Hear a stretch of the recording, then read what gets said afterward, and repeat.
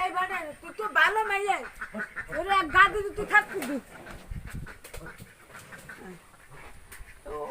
ওই বড্ডার আর ওই বড্ডার আলাদা তুলবি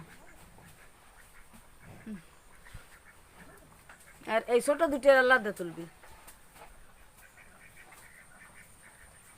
তুলে তারপরে তোর বাইরে ফোন দিবি ফোন দিয়ে আবার ভিডিও কলে দেখবে কি